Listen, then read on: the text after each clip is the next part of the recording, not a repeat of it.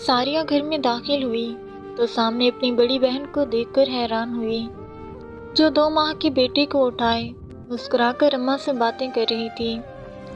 आप कब आई? सारिया मुस्कुराते हुए उनके गले मिली। मैं तुमसे ही मिलने आई थी, तुम तो आती नहीं हो, तुम्हें बुला बुला कर थक गई हूँ मैं, शाजिया ने नाराजगी से कहा तो सारिया ने मुस्कुराते हुए उनकी गोद से अपने भांजे को उठाया था। आपा जानती हो ना, मसरूफ़ होती हूँ, इतना वक्त ही नहीं होता कि आप अकेली आई हो या वो भी साथ हैं। सारिया ने अपने बहनोई के बारे में सवाल किया। नहीं, वो मुझे छोड़कर चले गए हैं, शाम को आएंगे।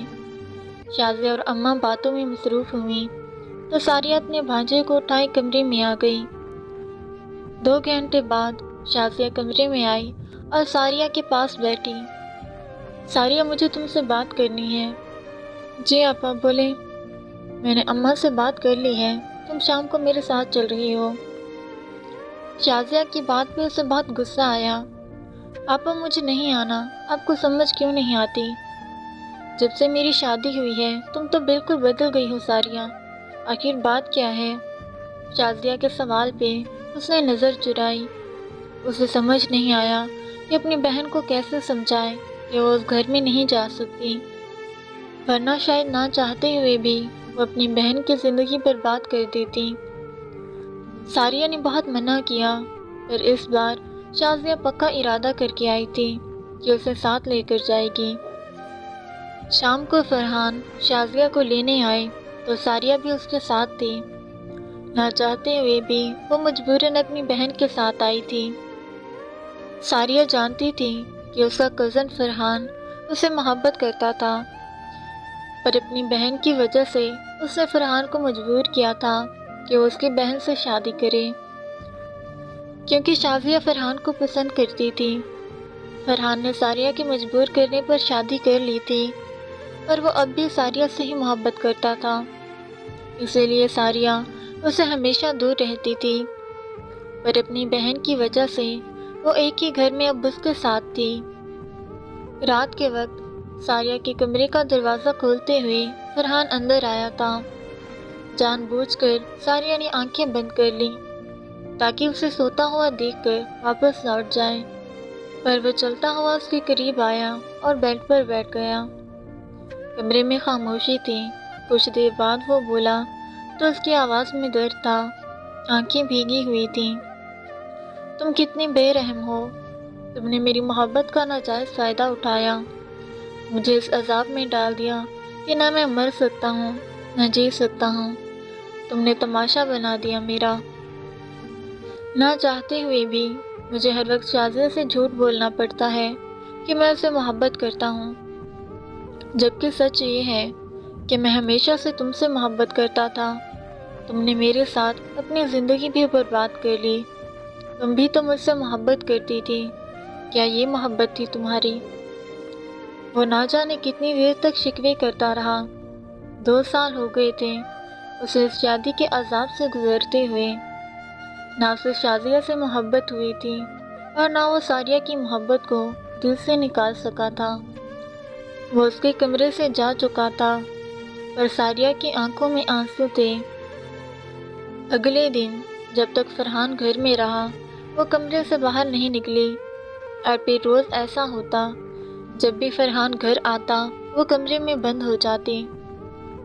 एक दिन जब वो शाजिया के साथ बैठी चाय पीते हुए अपने भांजे को मोहब्बत भरी नज़रों से देख रही थी तो अचानक शाजिया बोली, सारिया, अगर अली तुम्हारा बेटा होता तो क्या तुम्हें इतना प्यारा होता जितना मुझे है?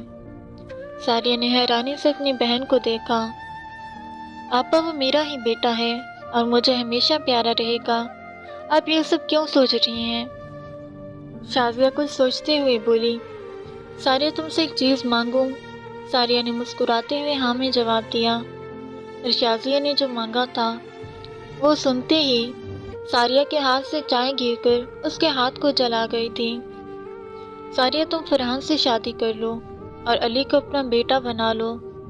मैं चाहती हूँ तुम मेरी जगह संभालो। शाजिया ने सारिया के तासरात देखते हुए बात मुकम्मल की। ساریہ غصے سے سرخ چہرے سے اٹھ کر جانے لگی جب شازیہ بولی تھی، یہ میری خواہش ہے ساریہ، اسے میری آخری خواہش یا التجا سمجھ لو۔ ساریہ بنا اس کی پرواہ کرتے ہوئے غصے سے اسے باتیں سناتی گھر آ گئی تھی۔ شازیہ کے لاکھ کال کرنے پر بھی اس نے بات نہ کی۔ 2 ہفتے بعد ایک دن جب وہ کام سے گھر لوٹی تو ایک بری خبر اس کی منتظر تھی۔ اس کی بہن اس دنیا سے جا چکی تھی۔ وہ بے یقینی سے اسے دیکھتی رہی۔ وہ بیمار تھی، اس کے پاس وقت کم تھا اور یہ بات اس نے سب سے چھپا رکھی تھی۔ اس کی بہن کی وفات کے بعد گھر میں خاموشی چھا چکی تھی۔ 2 ماہ گزر گئے تھے اور سب لوگ اب بھی اس کا غم منا رہے تھے۔ وہ کمرے میں بیٹھی شازیہ کی تصویر پر نظر جمائے رو رہی تھی جب اس کی ماں اس کے پاس آئی اور اسے سمجھاتے ہوئے شازیہ کی آخری خواہش بتائی جو وہ مرنے سے کچھ دن پہلے ان سے کہہ گئی تھی کہ وہ چاہتی ہے ساریہ اس کی بیٹے کی ماں بن کر اسے ماں کی محبت دے، اسے کبھی محسوس نہ ہونے دے کہ وہ اس کی اصلی ماں نہیں۔ ساریہ کو شازیہ کی بات یاد آئی، یہ میری آخری خواہش یا التجا سمجھ لو۔ ساریہ نے ہاں کہہ دی اور دلہن بن کر فرحان کے گھر آ گئی۔ وہ اس کے بیٹے کی ماں تو بن گئی تھی پر وہ فرحان سے ڈرتی تھی۔ وہ فرحان کے ساتھ بہت غلط کر چکی تھی، اسی لیے ہمیشہ اسے کتراتی رہتی تھی، پر اب ہر راستہ ختم ہو گیا تھا۔ وقت کے ساتھ ساتھ فرحان کی محبت کی وجہ سے وہ اسے دل سے قبول کر چکی تھی، پر شازیہ ان لوگوں کی زندگی سے کبھی نہیں گئی، ان کی یادوں میں اب بھی زندہ تھی۔